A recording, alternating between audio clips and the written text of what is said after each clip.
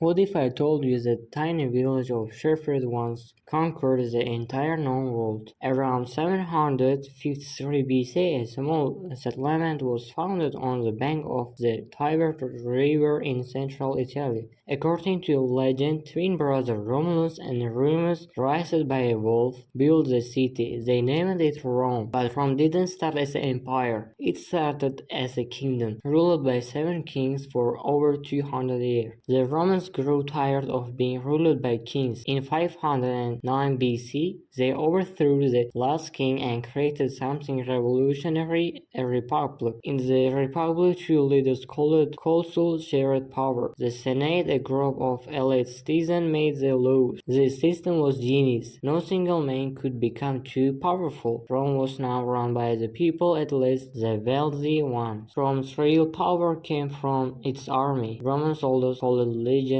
were the most disciplined fighting force the world had ever seen. Each soldier trained constantly. They marched 20 miles a day in full armor, built their own camps every night, and followed commands with perfect precision.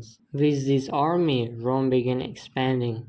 First, they conquered the Italian peninsula, defending Trapp, but their biggest test came when they faced Carthage, a powerful empire from North Africa. This became known as the Punic Wars. Carthage had a secret weapon, a general named Hannibal. He marched his army, including war elephants, over his Alps mountains to attack Rome from the north. Hannibal crushed the Roman armies in battle of battle. At the Battle of Cannae, he destroyed 70,000 Roman soldiers in a single day, but Romans refused to give up. They rebuilt their army, adapted their tactics, and slowly pushed Hannibal back. Rome's general Pico then took the fight to Carthage, attacking North Africa directly. Hannibal was forced to return Rome. At the Battle of Zama in 202 BC, Scipio defeated Hannibal. Rome had won. Carthage would never threaten them again. After defeating Carthage,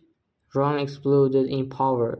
They conquered Greece, Spain, North Africa, and the Middle East. But all this power created a problem. Wealthy generals with private armies started competing for control of Rome itself. Three men rose above all others: Julius Caesar, Pompey, and Crassus. Together they formed the first triarmy, secretly controlling Rome. Julius Caesar was the most brilliant of them all. He conquered whole modern-day France in just 8 years, making himself incredibly rich and popular. The Senate feared Caesar's power. They ordered him to disband his army.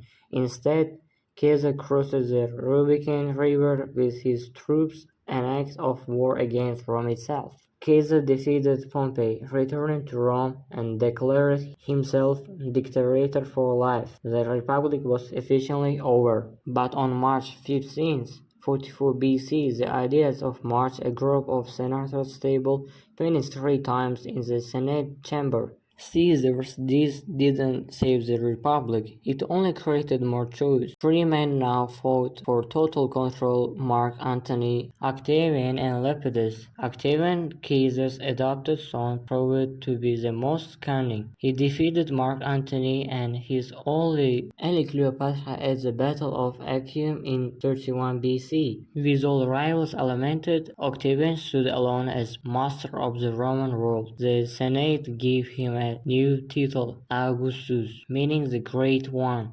Augustus became Rome's first emperor. He rebuilt the city, created a professional army, established trade routes, and brought 200 years of peace, the Pax Roma. At its height, the Roman Empire stretched from Britain in the north to Egypt in the south, from Spain in the west to Mesopotamia in the east. 1 million people lived in the city of Rome alone, making it the largest city in the ancient world. They had running water, public baths, and the Colosseum. Rome's road connected the entire empire, 250,000 miles of roads. All roads truly did lead to Rome. The Roman language, Latin, spread across the empire, eventually becoming the foundation for France, Spain, Italian, Portugal, and Romania. Roman law, architecture, engineering, and government became the blueprint for all of Western civilization that came after. From a tiny village of